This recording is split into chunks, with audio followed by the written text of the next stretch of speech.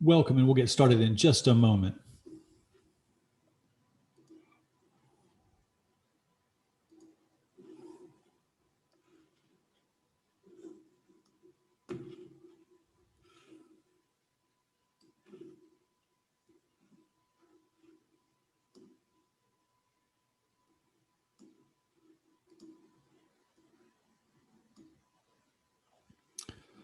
So welcome everybody to WorldCity's U.S. Trade Trends 2021 Trade Update with a good look at 2020 trade data as well. This is one of a number of trade trends events we do around the country, webinars we do around the country. We do them in California, done them in Pennsylvania, Texas, and here in our home base of Florida. My name is Ken Roberts. I'm the president of WorldCity. Joining me today are two incredible speakers who you'll hear from shortly. Kellyanne, got a bit of a lag here, I think. So here, yeah, good. I hope you're seeing the same thing I'm seeing. Kellyanne Shaw is a partner at Hogan Lovells, and Edward Alden, who's a senior fellow at the Council of Foreign Relations. I'll introduce them more formally during the panel discussion that follows. Let me tell you a little bit about myself. I'm a contributor to Forbes.com, where I write a column 5 times a month on international trade. I've been doing that about 3 to 4 years, I guess. I just completed a fascinating second 3-year term as president of the Federal Reserve's Trade and Transportation Advisory Board. The information the dozen of us on the board do, we give to the Fed president in Atlanta, feeds up into the National Federal Reserve. It's fascinating. Our company, WorldCity, we analyze U.S. Census Bureau data at ustradenumbers.com, and we've published annual trade numbers publications in more than 20 markets. We release Trade Matters videos on our YouTube channel. Many of you have seen them. And I speak on international trade to Fortune 500 companies, national and local trade organizations, and more. Until last year, those speaking engagements were in person. And of course, the last 10 to 12 months, they have been virtual like this one. If you have questions at any point, let me start by thanking our sponsors, of course. Our supporting sponsors, starting with the National Custom Broker and Forwarders Association of America, the North American Strategy for Competitiveness, the Atlanta International Forwarders and Brokers Association, the Council of Americas, the U.S. Chamber of Commerce, Manchester Trade, the Airforwarders Association, the Los Angeles Air Cargo Association, the World Trade Center of Greater Philadelphia, the Laredo Motor Carriers Association, and the Florida Custom Broker and Forwarders Association. Now, if you have questions at any point during this discussion, just put that question into the queue, and we'll try to get to it either then or as quickly as we can as time permits. But we ask you to ask those questions again as you have them, and get them in early. Don't wait till the very end like so many people want to do so often. Let me show you a little bit about our publications. Most of you have seen them, but some of you might not have, and they're all available for download at ustradenumbers.com. We'll be on that website shortly, but here's some examples for Los Angeles, for Port Laredo, and Port Everglades. As you can see, they're highly visual. We just did a redesign last year and make them use much more sort of data visualization to make the point. In the publication, there'll be a map of the United States, which will show the leading airports, seaports, and border crossings from around the country. The big fold-out poster in one of the versions of the publications we do. We have here the U.S. top trade partners for 2019, and it shows by the size of the bubble how much trade occurs with that country, and down below it shows a look at over the last 5 years, the top 5 imports and exports, how they've done. So a lot of great information, easily sort of consumed in that fashion. Now we're going to provide a trade overview. This will be sort of very high level. You know, when you're talking about a country that does in the neighborhood of $4 trillion of trade a year, you can only cover so much in a short period of time. But so let me just give you a sort of a high overview. So we'll take a look first at U.S. trade in 2020. And what you'll see is that U.S. trade in 2020 totaled $3.77 trillion. That was down about 9%. You can see the exports and imports there, $1.43 trillion on the export side, $2.34 on the import side. Exports down more than imports, down just under 13%, and imports were down about 6.5%, 6.44%. Worth noting that the U.S. deficit topped $900 billion for the first time ever, 905.17 billion, and the percentage of exports, this is one I like to pay a great deal of attention to. The percentage of trade that was a U.S. export was 38%, and that's the lowest since 2008. Now, that number moves very little over time. It's historically been in the range of 40 to 41 cents for the last 10 or 15 years, but it dropped to 38% on the 38%. So what's pretty amazing is that U.S. trade was only off 9%. As some of you may know, in the month of May alone, U.S. trade dropped almost 30%. That was sort of the bottom. And so I did a little look this morning and found some data that I'm going to add to the discussion now. U.S. trade between the first half and the second half increased 13.34%. That's a pretty significant increase. So I wanted to see if that was typical. So I went back and looked at 2019 and said, what happened between the first and second half? So that year, and that year, second half trade in 2019 increased only about 1%, 1.04%. So big change there. So then I said, well, what has happened also then in the fourth quarter? Compare the fourth quarter of 2020 to the fourth quarter of 2019. And what we found there, just the last 3 months of the year of 2020, U.S. trade was up. It was up slightly. It was up 0.48%, so less than a point. But the rebound was pretty significant. So we took a real beating in U.S. trade in the month primarily of May, but a little bit of April, a little bit of June, a little bit of July, and it just kept getting better and better. And so it's a pretty good sign that things have come as far as they have. So I'm going to go ahead and launch our first poll in our, let me take a minute to talk about the countries. So the countries are also interesting. Let's see, I've got a raised hand. Let's see if I can figure out if that's a question I can answer quickly. No, I can't. The gentleman who raised your hand, if you could put your question in the Q&A queue, that'd be great, and I can try to get that for you. So let's look at the top 3 trade partners. Those are China, Mexico, and Canada, okay? So the United States conducted at least $1 billion in trade with 99 different nations in 2020. That's down 9 from 2019, but still 99 countries, we did $1 billion of two-way trade, okay? But just 3 of those countries, China, Mexico, and Canada, account for 43% of all trade in 2020. And that's about historically where it's been for the last number of years, okay? In fact, if you look at our 6th through 10th ranked trade partners and added those totals, it would not be as big as either Canada, Mexico, or China's individual trades. So that's how important those top 3 are. So let me tell you a little bit first about now the data we use. It's all U.S. Census Bureau data we get from the federal government, okay? When I get to the export and import section, I'll be talking in terms of the 4-digit harmonized tariff code. A number of you are familiar with this, but those of you who are not, U.S. government classifies our imports and exports on a code of between 2 to 10 digits. And we use 4-digit and have for the last 20 years because we find it the most useful. 10 is very specific, 2 is very general, as you can imagine. We do have value and tonnage data on the website. You'll see in a minute. Today, we'll be talking exclusively about value data. On our website, a fair amount of this data is available for you to look at. Some is not, some is behind a firewall. I'll be going in and out of the firewall. When you visit, the URLs for all these pages will be visible when I'm on those pages, so you'll be able to see where I am and what I'm looking at. So I'm going to start now and get this started with a question for you, okay? So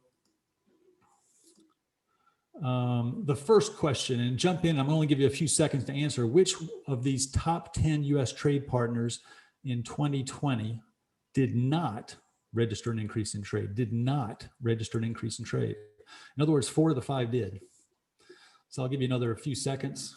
I'm not going to give you a lot of time on these just because we've got a lot of ground to cover today. But the numbers are really hopping in quickly, so I'm going to wait just a few minutes.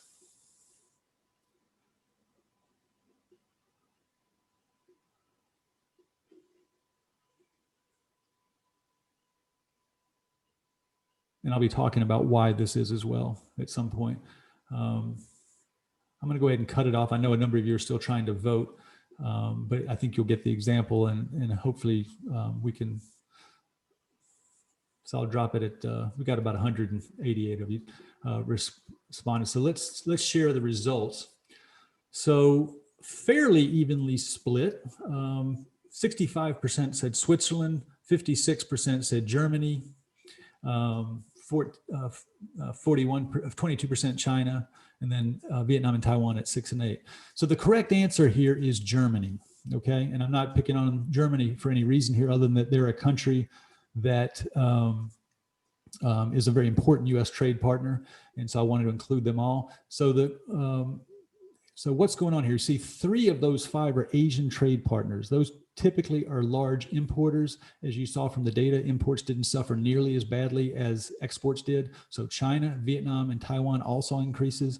And Switzerland, I'll get to in a minute because it's a very interesting story. Switzerland was a very fast-growing trade partner.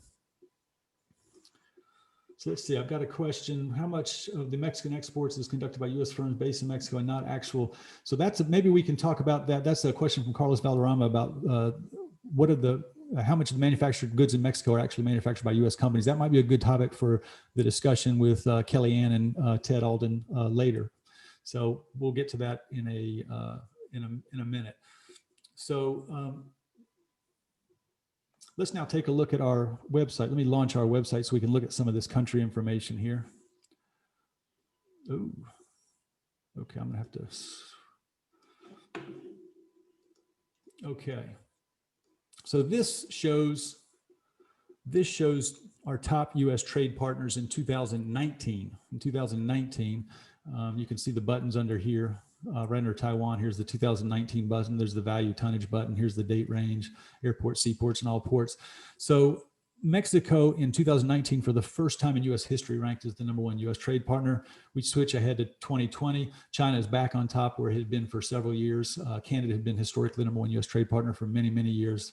But the change in the oil market is what actually affected Canada's trade more than Chinese imports in the U.S., but China is back to the #1 U.S. trade partner at this point.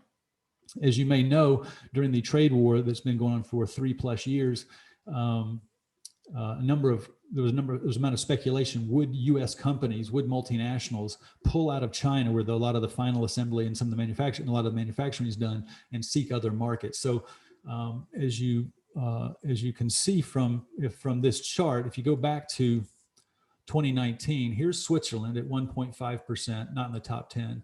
And here's Vietnam at 1.9%, not in the top 10. If we jump ahead, we see that both of them jump into the top 10. Here's Vietnam at number 10, and here's Switzerland at number 8. So I decided to look at Vietnam and say, so let's look at some of the top imports into the United States from Vietnam and see if there's an impact on China. So here is, and again, the URLs for these pages are all at the top of the screen. This is being recorded, by the way. We'll give you a link at the end so you can rewatch it if anything was not clear when we talked about it, or if you have additional questions. So this is 2019. China accounted for 38% of all imports of various types of furniture, Vietnam at 19.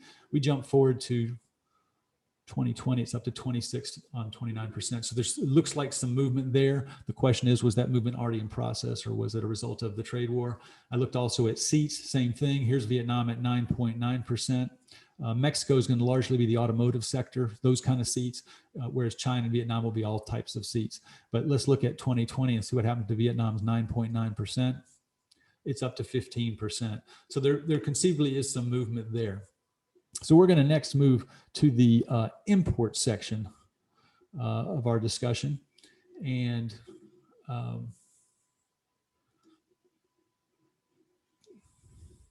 so we're going to move now to the import section, and I'm going to start with a question on imports. Give me 1 second to pop that thing up. There you go. Okay, whoops, I got to relaunch this one. Continue. Okay. So there we go. Here's the question for you on imports. Which one of these top 10 imports did not increase in value in 2020? Cell phones and related equipment, computers, plasma, vaccines and blood fractions, medicines and pill form. There are a couple of medicine categories. The largest one is this one, largely medicine and pill form. And I'll give you just a few seconds. We're trying to rush through these. I know it's hard to get everybody's vote in, but I think you'll get the idea when we get to it.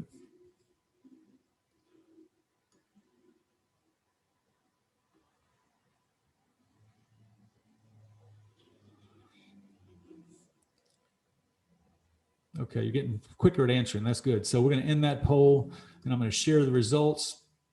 And quite close, but most of you, the biggest piece guessed, 33% guessed computers, 29% medicine and pill forms, 28% in cell phones, and 11% was the vaccine, plasma, and other blood fractions. By the way, blood fractions would be things like white blood cells and so forth. I don't mean it to sound so gory, but that's just what it is. The correct answer here is cell phones. And that one's somewhat surprising because cell phones, as we all know, are ubiquitous today. Many of us even sleep with our cell phones, and we don't sleep with our computers or any other things like that. But cell phones, the notion on some level is we've already got our cell phones. What happened here is that the bottom two, medicines and vaccines, those categories, those are going to show an increase because of both the pandemic and because those things have been increasing for a number of years anyway. But what happened with computers? Why did they grow? Well, what happened to a lot of us in our work life? Many of us had to go home. And those of us who had to go home then perhaps needed to upgrade their computer to work from home. So that's my theory on what happened in that case. So now I'm going to go back to our website here and look at some import data. So this page shows you U.S. imports, again, by the percentage of the value of those imports. And as you can see, this is 2019. So passenger vehicles, 7.1%, oil, cell phones, computers, and so forth, medicine. So let's do this. So let's pay attention to a couple of things. One, I want you to pay attention to oil. That's the number 2 when they're in green. So we're going to switch to 2020 and watch what happens. Oil's now at the top of the second column. It ranks number 1, 2, 3, 4, 5, 6. I went back the last 25 or so years. Oil had never ranked below 2 for 2 or 3 before for the last quarter century. And suddenly oil is the 6th ranked import. So what's going on there? 2 things we all know about. 1, hydraulic fracturing. We're producing a lot of oil in this country. And 2, a global pandemic that reduces the need for oil for our cars and for our planes because we're not driving or flying as much. Now let's look at one other number here. Let's look at passenger vehicles. I'm scooting back to 2019. 7.1% of the value of all U.S. imports was passenger vehicles. Steep drop to 6.1%. And the dollars we're talking about, these are big numbers. So let's take a quick look at passenger vehicles. And here's what we see in 2019. 22% come from Japan, no surprise there. Look how close Mexico has come to Japan and the number of cars imported in the United States. 21% and Canada at 21%, okay? And we're gonna talk obviously a lot about U.S.M.C.A. and automotive shortly. Let's skip ahead to 2020 and see what happens. Well, as it turns out, not much. Those 3 players are basically right where they were, which means the big decline in passenger vehicle imports, and it was significant, was largely the result of all the leading countries being impacted by that. So a big impact there. So let's look now at gold, because that's an interesting one to me as well. Okay, so here's gold, okay? In a typical year, gold's gonna come from a number of countries, but Mexico, Canada, Switzerland, Colombia, Nicaragua, Peru, Russia, Ecuador, Argentina. You see it's fairly spread, but a big chunk from Mexico and Canada is where it comes from, okay? And that's gonna be gold that is brought into this country and often then exported out to other countries. Traditionally, most of the US gold has gone to Switzerland. Some in recent years has gone to Hong Kong, has gone to Dubai, some other countries. Let's look at what happened in 2020. And let's put our minds back in February, March, April, May, okay? Our gold's coming from Switzerland all of a sudden.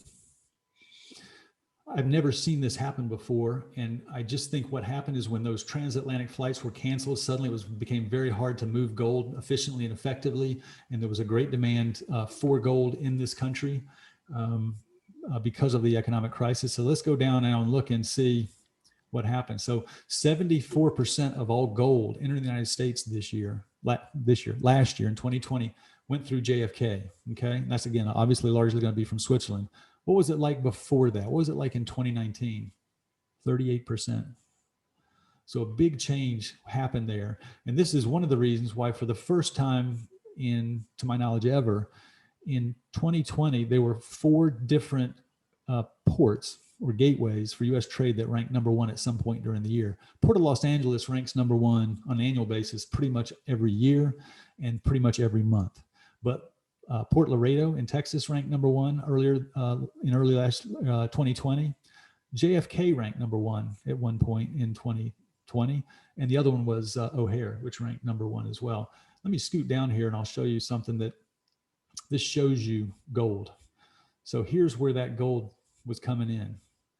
This is April, May. This is when there was the height of the concern about what was happening in the economy. You know, the coronavirus is sort of breaking in February and March, but it's April and May when things got really crazy. If you remember, I mentioned in the month of May, U.S. trade fell almost 30%.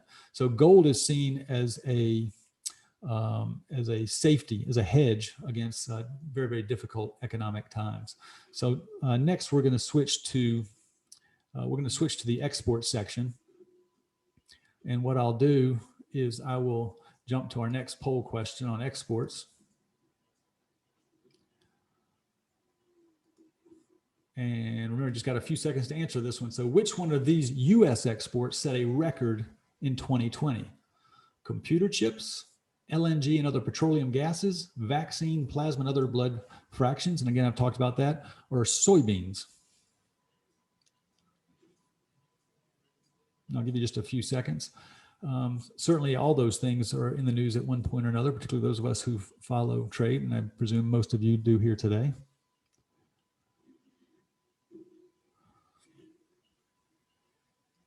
You're getting good at answering faster. Okay, so I'm going to cut it off. We're going to get to about 200 of you jumping in.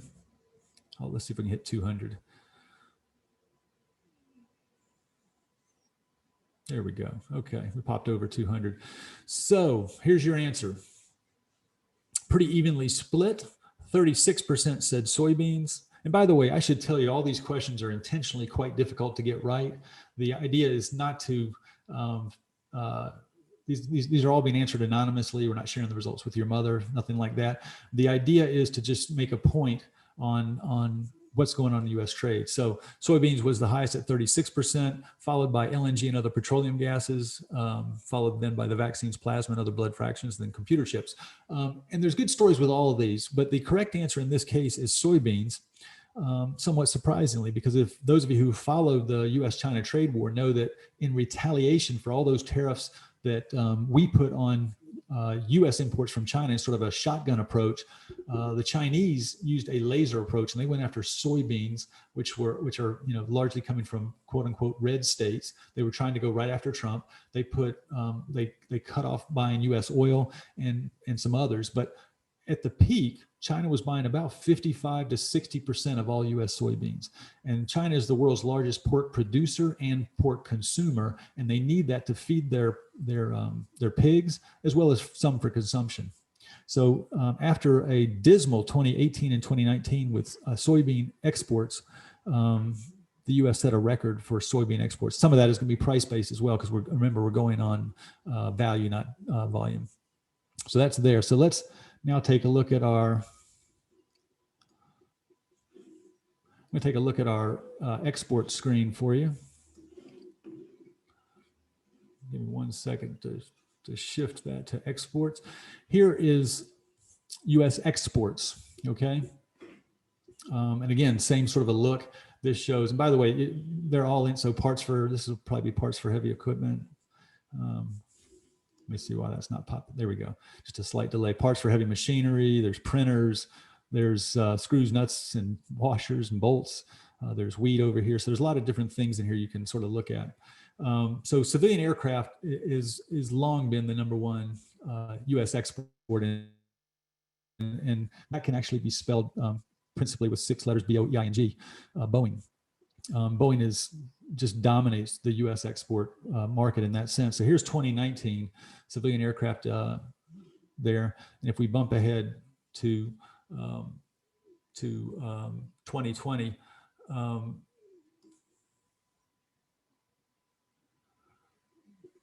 look at the percentage drop you saw there. Okay, saw a big drop. Civilian aircraft parts were down better than 40% in 1 year. So it went from 7.6% of the total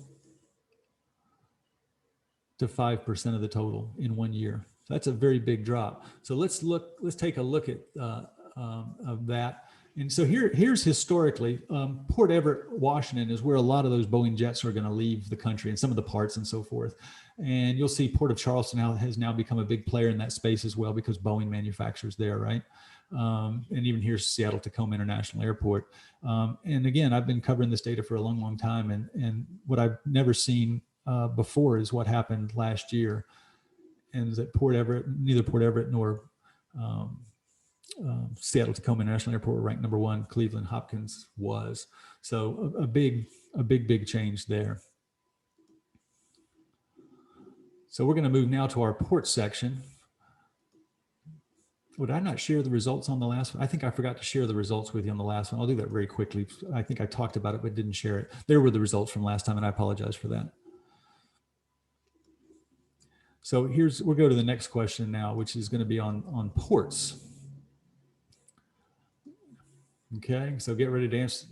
Which one of these top U.S. gateways registered the largest percentage increase in 2020? Chicago's O'Hare, New York's JFK, Port of Savannah, or LAX, Los Angeles International Airport?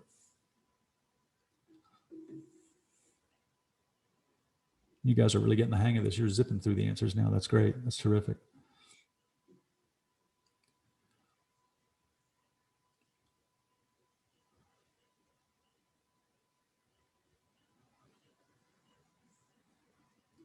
Okay, I'm going to end that and share those results.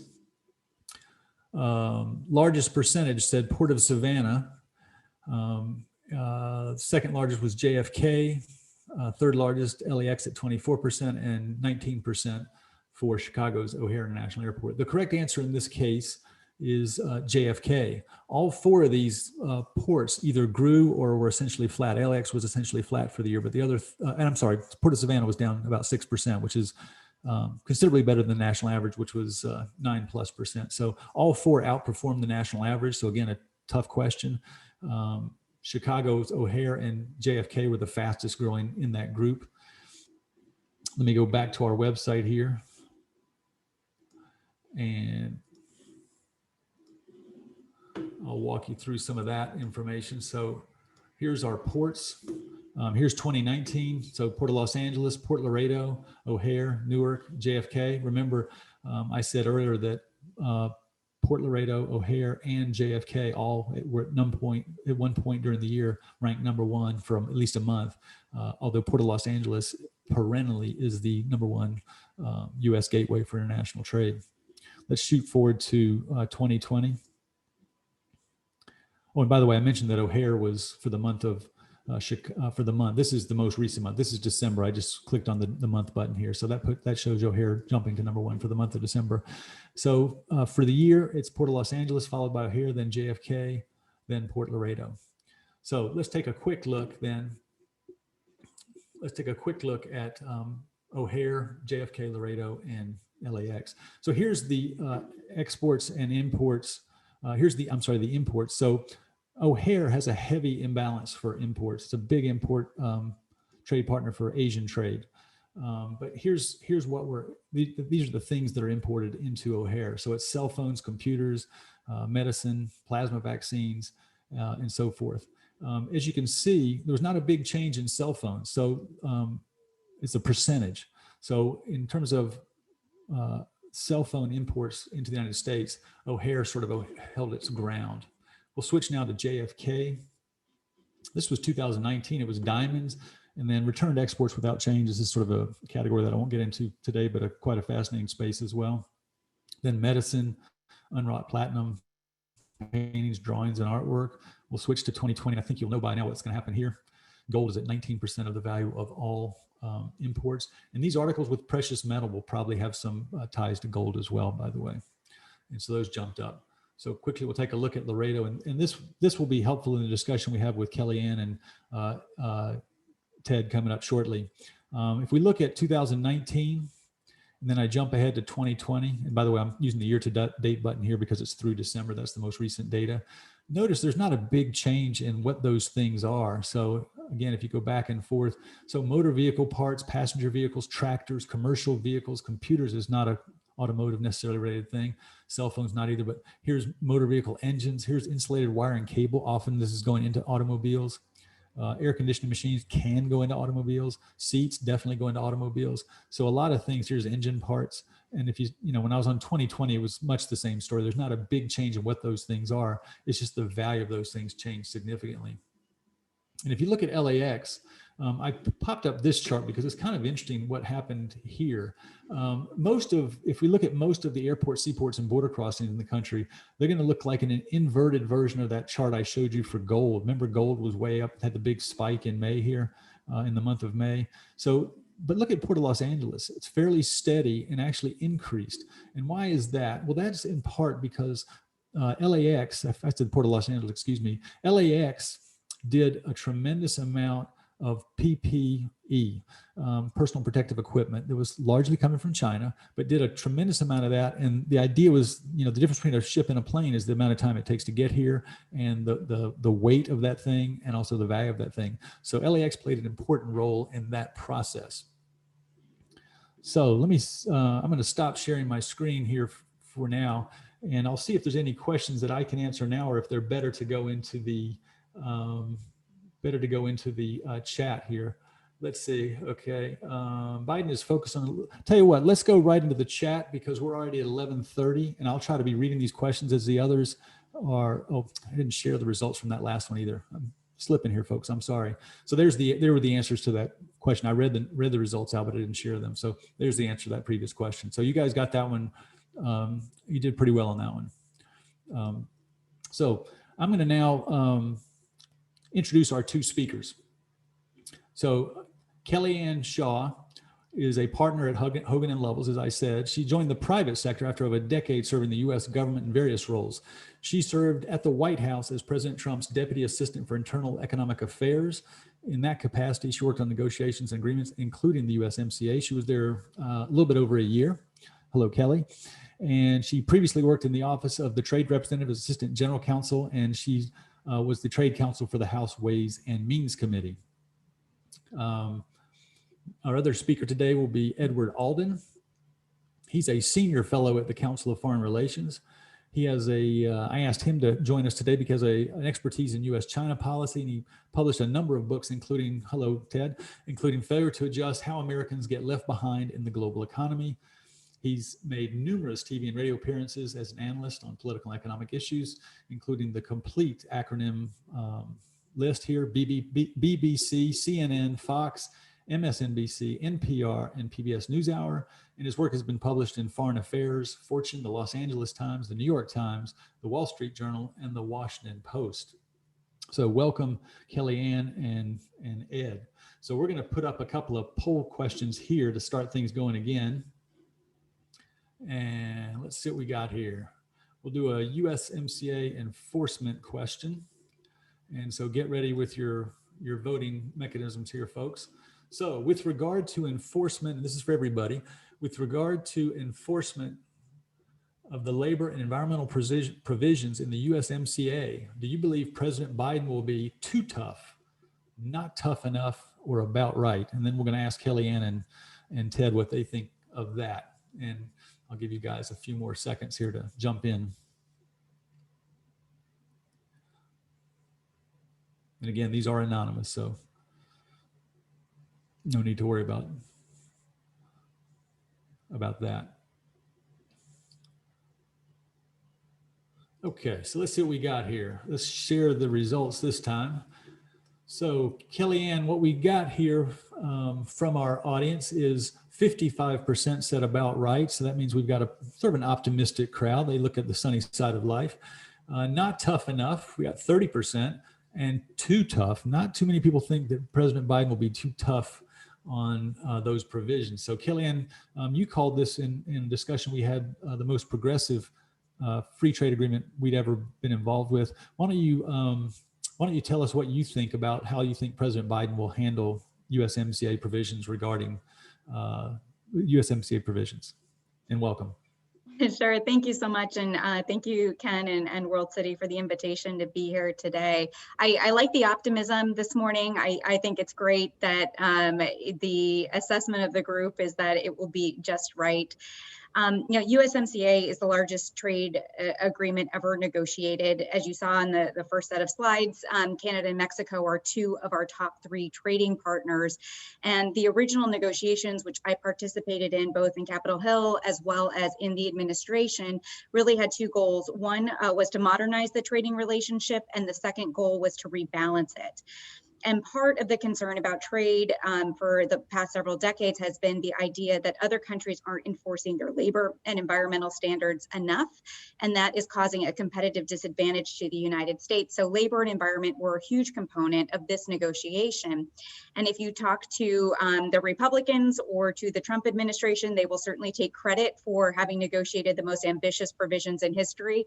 If you talk to Pelosi and the Democrats, they will also take credit because it very much was a shared responsibility and exercise between largely the House Democrats as well as the administration, which really drove this over the line. So just a couple of quick thoughts.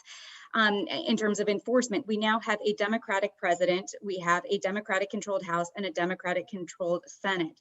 I have been told by a few colleagues that if it is not a labor or environment claim, don't bother, that the president very much intends to enforce the agreement, but primarily with an emphasis on the labor and environmental provisions. On labor, it largely locked in a number of the reforms that Mexico was making under its own system about freedom of association, collective bargaining.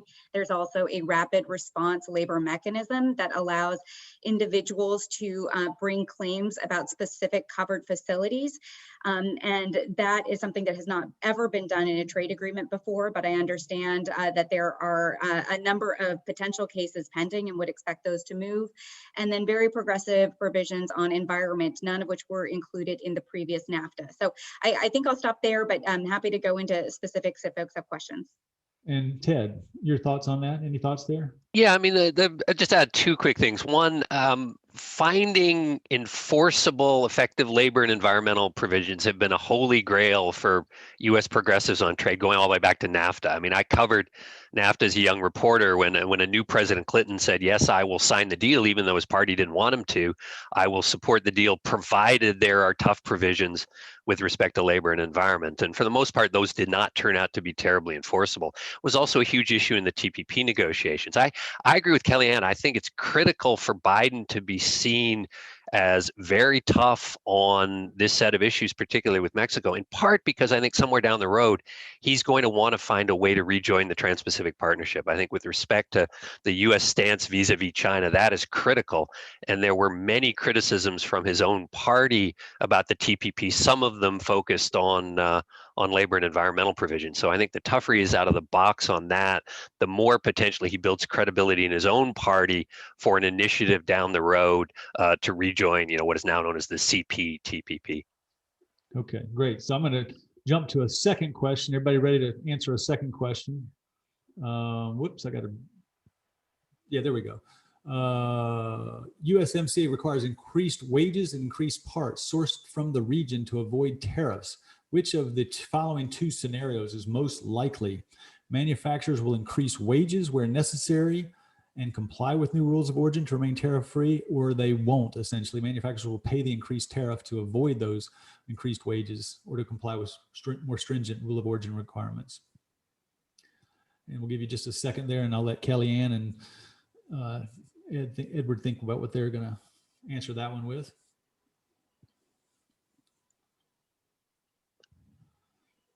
I'm trying to let it get to 200 responses, which is not everybody, not even close to everybody, but it's a good start to get sort of a good number of people in on the answer. All right, so there we go. So let's share the results. And what we see is that it's pretty close, but it's 61% say these manufacturers will just pay the increased tariff. So Kelly, and I'll let you explain about this. First of all, what that increased tariff would be, how much difference it'll make, and really, at the end of the day, it's probably it's putting a pencil to paper back when they did that and saying which is a better economically for the company. So, are you surprised by the answer, either, Kellyanne? Yeah, well, yes and no. I do think that more auto manufacturers and producers than not will try to comply with the USMCA rules of origin to get that preferential tariff treatment. But I do agree that some are just going to make the calculation that no, this is not worth the hassle. But part of it will be based on how much business they do in the United States. So USMCA, as part of its rebalancing objective, impose very stringent rules of origin, increasing the overall content of the car from 62.5% regional content to 75%, imposed for the first time in any trade agreement, an LVC, so labor value content requirement, that at least 40 to 45% of the vehicle be made with labor that is paid at least $16 an hour. There are also requirements involving core and super core parts. So there are a number of calculations that manufacturers now have to make as to whether they want to go down that route to get tariff-free treatment or not. For automobiles, for passenger vehicles, that tariff is 2.5%. For trucks, it is 25%. So I think that part of the calculation for each manufacturer is going to be how much of my business is related to trucks. Because if all of it is trucks or a lot of it is, that is a pretty steep price to pay. But if all they sell into the US and North American market are passenger vehicles, that's a slightly more a nuanced calculation for them to make. So it really will depend. But in my conversations with industry, most of them are trying, although I do know that some of them are not. Okay, and Ted, any thoughts there? Yeah, maybe because I'm out here on the West Coast, I'm going to put an Asian spin on it again. The rules of origin piece is the most difficult piece if the Biden administration decides it wants back into the TPP. Because one of the toughest issues in those negotiations, as Kellyanne knows, was with the Japanese in particular over what the rules of origin would be for autos sold in the greater Asia Pacific region, and Japan, because it relies heavily on China to source lower cost parts components, wanted a fairly low rules of origin threshold, and that was one of the big criticisms that the labor unions here in the United States had about the TPP. So the USMCA has set this very high bar in terms of rules of origin in what really is the most important traded sector, as your data showed pretty clearly. So I think that's a big challenge. I worry a little bit that threshold is so high, it's going to make it difficult for the U.S. to do deals with other countries if it involves passenger vehicle production at all. It may just be a rule that works in North America, but not beyond that. And you alluded to TPP, and one of the questions we have is about TP, and you alluded even to that about, is there an opportunity at some point for the Biden administration to try to rejoin what is now called CPTPP, I guess.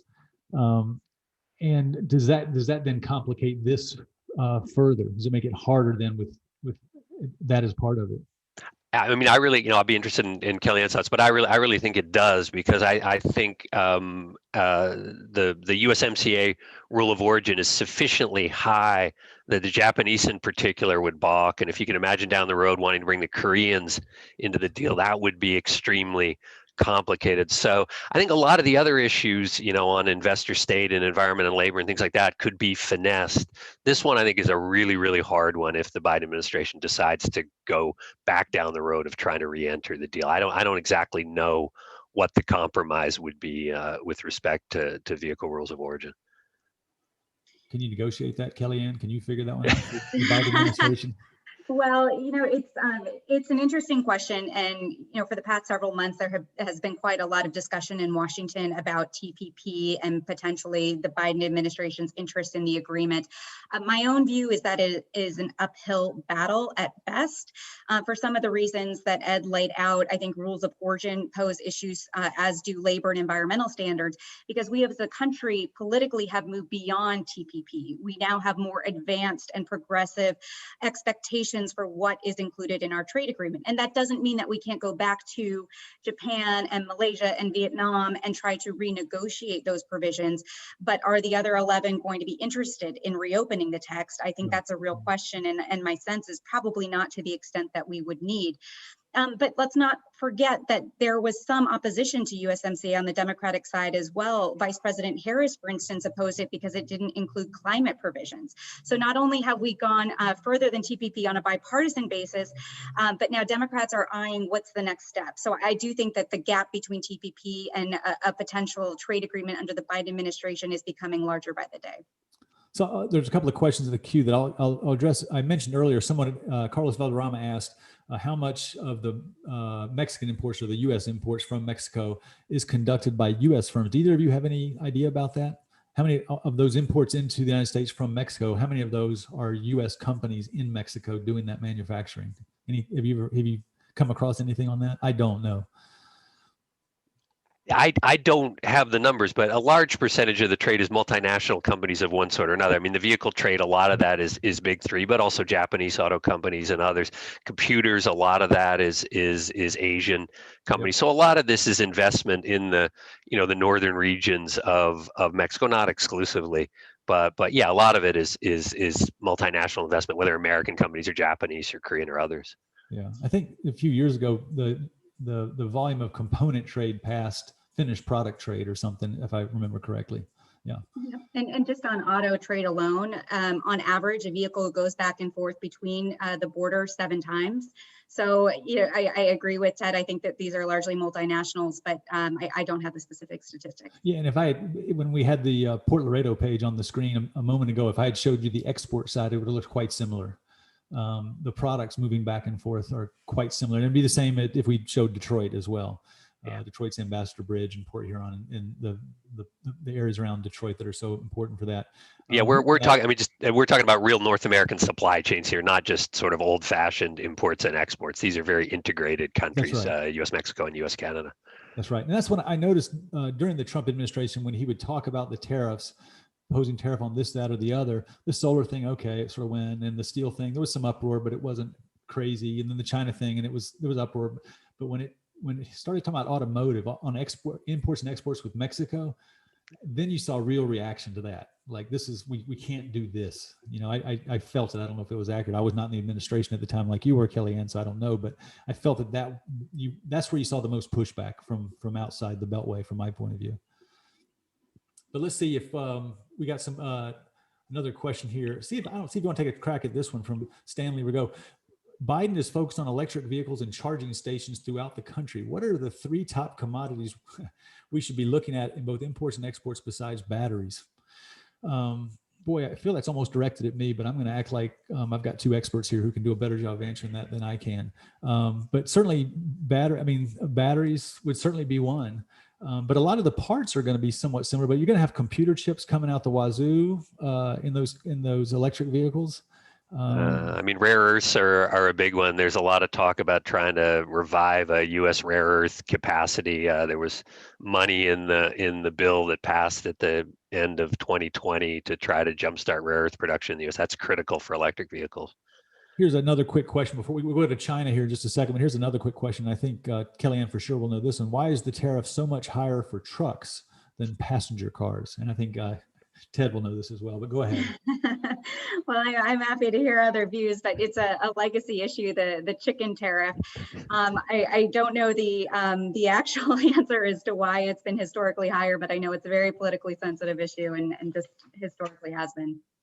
We slapped a penalty tariff on the Europeans back in the 1960s that was aimed at Volkswagen buses, the old minibus that all the hippies ran around, and that was a punitive tariff. And I forget what the Europeans had done. It was something on agriculture we didn't like, but that tariff just ended up staying in place. And at the time, there was no such thing as an SUV. That was a modern category that happened to fall under that old 25% tariff. And of course, the industry wants to hang on to it, right? It's it's not coincidence that a very high percentage of the SUVs we drive are made in the United States or Canada or Mexico under NAFTA. It's because of that 25% tariff. Super expensive to import an SUV from anywhere else. There's another one. The current Mexico administration is trying to undo the latest energy reform and is limiting competition. Is this a violation of the U.S.M.C.A? If so, what will be the Biden administration response? Yep. Potentially. There are a number of complaints involving both the energy sector as well as other forms of investment happening right now. And there's a bit of a debate because the current Mexican administration is trying to unwind some of the contracts that were awarded under the previous administration. So it's a domestic issue in Mexico. But I know throughout the course of last year, there were lots of conversations happening between President Trump and AMLO. The Biden team is going to have to face this head on as well and see, maybe a U.S.M.C.A. Dispute or a request for consultations will be appropriate, or maybe there'll be other levers that can be pulled. Okay, and one last question before we skip to China. Given that the vast majority of e-commerce importations into the United States are not captured for trade statistics the way formal importations are, different CBP declaration processes, how skewed do you believe the trade statistics for the U.S. are? That's got to be you, Ken, I think. Yeah, so I was going to say, I would let you. I would say that, I'm based here in Miami, and my international airport is very eager to get a big piece of the e-commerce business. They believe it'll be very, very lucrative with Latin America. And I've spoken to the advisory board about that. And one of the challenges, there is no category called e-commerce in the trade statistics. So you have to sort of dig and root around. And when you dig and root around, you get into these little subcategories and you can't really tell necessarily what it is with great clarity. So one of the columns I actually recently wrote for Forbes was that if the pandemic has taught us anything, it has taught us that there's a great need for really, really good data, that we really need to know what's going on, because we have computer power now to accommodate and to learn from this data. So we just need really, really good data. And so there's some updating that could certainly be done with our trade data. So I'm going to now jump to the China section. I think I've got most everybody's questions so far. Let's go to relaunch. Okay. All right, here we go, folks. President Trump placed tariffs on some 350 billion of the roughly 500 billion imports from China. When will President Biden lift the majority of those tariffs? Within 1 year, within 2 years, within 4 years? Not never, ever. He won't.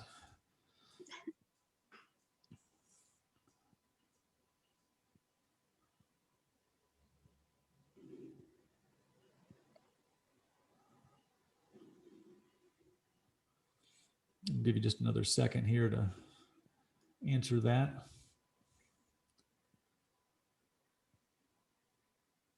And again, these are all anonymous.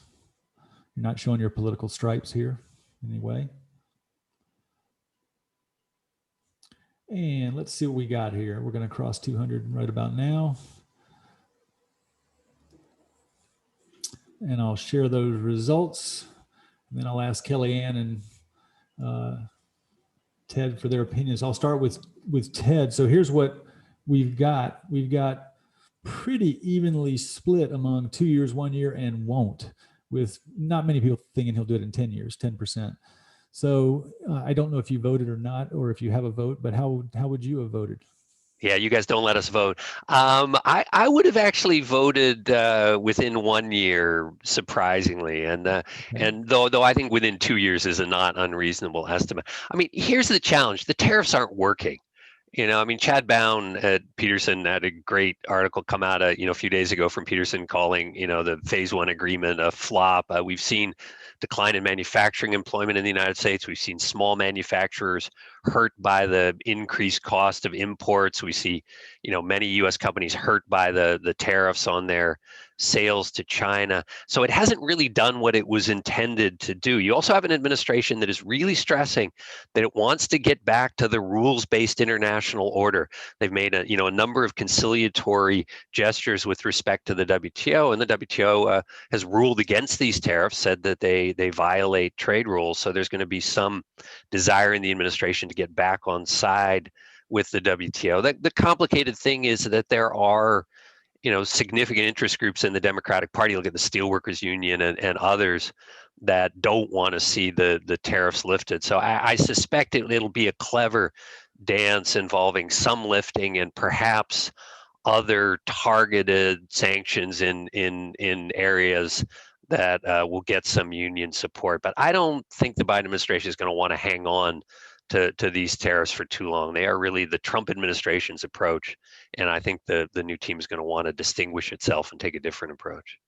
And Kellyanne, what's your thought on that? Yeah, I mean, I disagree a bit with Ted on this. Good. You know, part of the challenge is the political environment is very polarized right now, but the one area where both parties seem to agree is the need to be tough on China. So without any meaningful concessions on China's part, it is difficult to envision President Biden being in a position where he can repeal the tariffs unilaterally. The other driving factor of this is trying to determine what their overall strategy towards China is going to be. Because right now, the US seems to have three somewhat competing objectives when it comes to our economic relationship. The first is wanting to address the unfair trade practices that are happening in China so that US companies can continue to do business in China. The second is wanting to onshore manufacturing jobs because there's a feeling that too much has gone to China. So these two goals can be somewhat in tension. And then the third is addressing the broader national security issues. Do we want to continue to do business with a country that doesn't share our values when it comes to democracy, human rights, forced labor, etc.? The chips have not fallen, from my perspective, as to what we want our ultimate economic relationship with China to look like. And I think that the tariffs are going to be a subcomponent of that. So for me, the jury is out. I think there is a good chance that those tariffs stay in place for the foreseeable future, meaning I put myself in the 4-year category of the least votes on the poll. But really, I think that time will tell. Okay, and I'll jump in. I think Biden will have a very different approach, right? And I think he may want to take into account human rights, something that Trump probably cared about less. But I will say this, it's hard to argue that Trump didn't get the attention of the Chinese with these tariffs. Now, whether there was blowback and whether there was damage to the U.S. economy, that's probably pretty clear too. But I think it certainly got the Chinese attention. I think it'll be interesting to see if Biden is able to bring the Europeans back on board and bring other nations on board to say let's accelerate China's true ascension to the WTO. Ted, you want to jump in with something? It sounds like. Well, on that, I do think one area where we are going to see very clear differences is respect to relationships with allies. There seems to be some rumblings of an early deal with the Europeans to suspend the tariffs that are in place there with respect to Airbus, Boeing, longstanding WTO dispute, and steel and aluminum. And the Biden administration has made it very clear that it will try to work much more closely with allies than the Trump administration did. Now, it's off to a bit of a rocky start because the Europeans have just done this investment deal with China, despite signals from the incoming administration that perhaps it should wait and try to coordinate. So the Europeans aren't clearly willing to follow the U.S. lead on China. So I think that'll be a difficult set of talks. But I do think that it's pretty clear that on the question of coordinating with allies, this administration is going to work in a very different way than the Trump administration did. Okay, and here's our last question. We got a few minutes left. We'll get this one up. With regard to semiconductors, national security in China, which is the option you would recommend for President Biden? Offer incentives for U.S. semiconductor manufacturers, limit Chinese access to U.S. manufactured semiconductors. I think the word's missing. Both or neither. And I think some people who jumped in first are down. So Ted used the expression when we had our conversation that semiconductors are the new oil of the 21st century. Computer chips are in everything in our lives now, right? And they're just everywhere. They're ubiquitous. They're not only just in our computers and our cell phones, but they're in our cars. They're in those. They're in traffic light systems. They're in refrigerators. They're everywhere. And so there's a question of where those chips are manufactured and who has access to that data and so forth, and are the backdoor traps and so forth. So I'm going to end this poll a little bit more quickly because we're running short of time here, but we got more than 150 responses, and the biggest percentage say both. Let me share those results because I sometimes forget to do that. 55% say both. 16% said limit Chinese access. 25% said offer incentives for U.S. semiconductor manufacturers, and 4% said neither. So Ted, what's your thoughts? And maybe give a little back maybe set it up a little bit better than I did, so we can better understand why this issue really matters. But you've only got about a minute. Yeah, I mean, I think Kellyanne is right here in mentioning the security piece, and I think that's going to be the biggest and most complicated piece. I mean, high-end semiconductors are critical to all of the emerging technologies, artificial intelligence and, Yep. On and on and on. And the Trump administration has tried to restrict Chinese access to those semiconductors. Most of them not made in the U.S., interestingly. A lot of them made in Taiwan, to some extent in Korea. So control is very problematic, using U.S. export control laws to try to shut down sales of Taiwanese chips to China. The U.S. has been reasonably effective in that. It has, however, engendered a Chinese reaction. First, the Chinese are trying to accelerate the development of their own domestic chip making capacity. They've got a long way to go until they master the high end. But they have also been stockpiling chips for lower end uses like smartphones. It's one of the reasons we're seeing now a massive chip shortage in areas like automobiles, because the Yep. Chinese have been hoarding chips in part in response to these US actions. So I think, the sweet spot here, if you can figure it out, is to try to control the higher end computer chips that are of great concern in terms of the commanding heights of the economy, while allowing relatively free trade in lower end components. But I don't know whether the administration is going to be able to cut it that finely, but I think that's what they'll try to achieve. And Kellyanne. I agree with the audience here that providing incentives for the domestic industry, as well as ensuring that China doesn't get the most critical of our technology, is probably the best approach. Yeah, it's a difficult area, and it is sort of the new oil, isn't it? I think that's an apt expression. And you're seeing it happen. I mean, just I mentioned quickly, there have been a number of announcements by TSMC in Taiwan and others. There was an announcement this morning about a major chemical producer for semiconductor fabrication going to be locating in Arizona, and some of that with government incentives. So we're seeing this movement right now. Yeah. Well, this has been just a wonderful discussion. I hope, let me see if there's any questions in the, please comment on Biden administration's position regarding closer trade relations with the ASEAN countries. Anybody want to take a quick shot on that? I mean, I think there will need to be initiatives there, either on the TPP front or more directly through some kind of bilateral. Wendy Cutler at the Asia Society has put out a very good roadmap for people who are interested in this. So she was the chief negotiator for the TPP. So I'd suggest taking a look at that. There are a bunch of steps short of TPP to re-engage with ASEAN and others that I think make sense. Okay, so actually we've got a few questions that we haven't gotten to, and I think we're just short of time. So I'm going to leave it on this note because I think it's a good question. When will the U.S. lift the 25% tariff on Scotch from the UK and wine from France? So I think, any thoughts on that? I think very soon.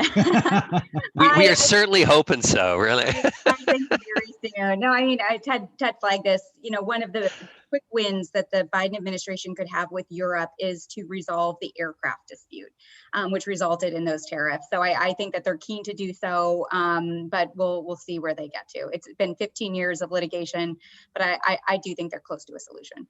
Though, of course, from a health perspective, if you look at rising alcohol consumption during the pandemic, maybe we should leave the tariff in place.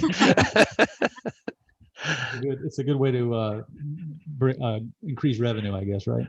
Yeah. So I want to thank you both for a wonderful discussion. I want to thank all the participants who participated and voted and listened in. It was a really, really wonderful discussion. I want to once again thank all our supporting sponsors for their help in putting this together.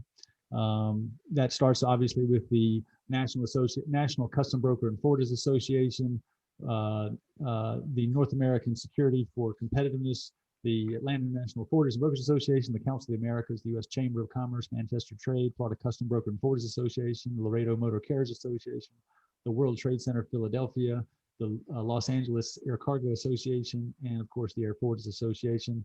I hope everybody has a great rest of the day.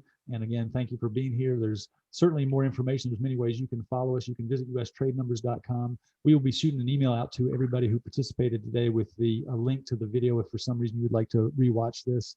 Or if you have additional questions, you can contact me at kroberts@ustradenumbers.com. Available on all sorts of social channels as well, Twitter, LinkedIn, Facebook, and so on. Again, thank you to Kellyanne and to Ted for a wonderful discussion. And thank you all, and I hope you have a great rest of the day.